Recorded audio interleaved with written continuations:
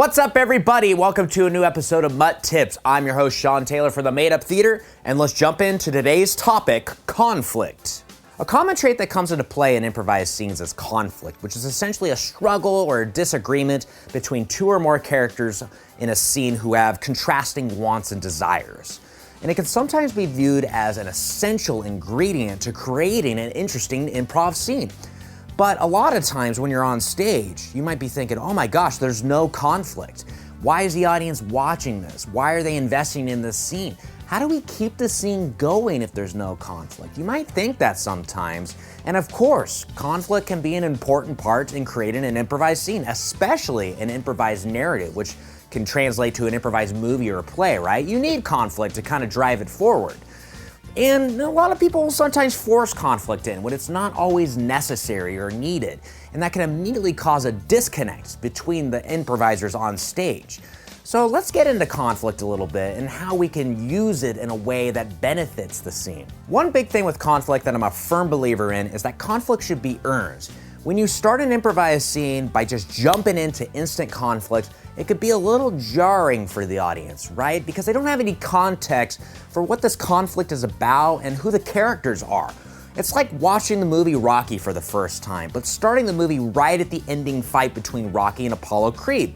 You don't know who these characters are, who you're supposed to root for, and thus you can't invest into that really epic fight.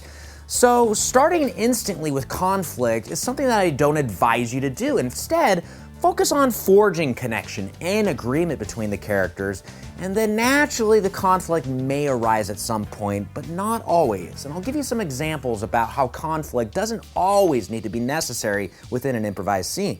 I'll give you an example from one of my favorite movies, The Princess Bride. And there's a really great scene early on in the film between two characters where the situation revolves around conflict, but the two characters come together with connection and agreement, and thus we're able to gain more information about who these two characters are. So there's a scene between two characters, the man in black and Inigo Montoya. The man in black has a very specific want, which is to rescue Princess Buttercup from the mercenaries who have kidnapped her.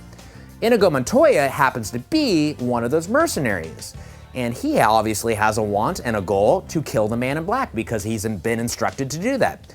Now the scene is set where the man in black is stuck on the cliff and he can't get up, and Inigo Montoya is a man of honor and has agreed to throw down a rope so that the man in black can get up.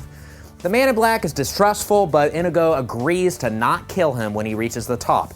So when the man in black gets to the top of the cliff, the Inigo does something interesting. He allows him to rest. And they have an interesting scene where they talk to each other and connect with each other, and you get to learn more about the character's backstory. This is a really cool moment because it allows the audience to empathize with both characters so that the actual conflict that comes between those two characters is more interesting. And the cool thing about the fight is they actually complement each other throughout the fight, which is interesting. You don't expect that from a duel of sorts, right? So that's an example where we get context from connection so that we can use it further within the conflict that arises naturally in the story. Conflict is also expected by the audience because we see it all the time.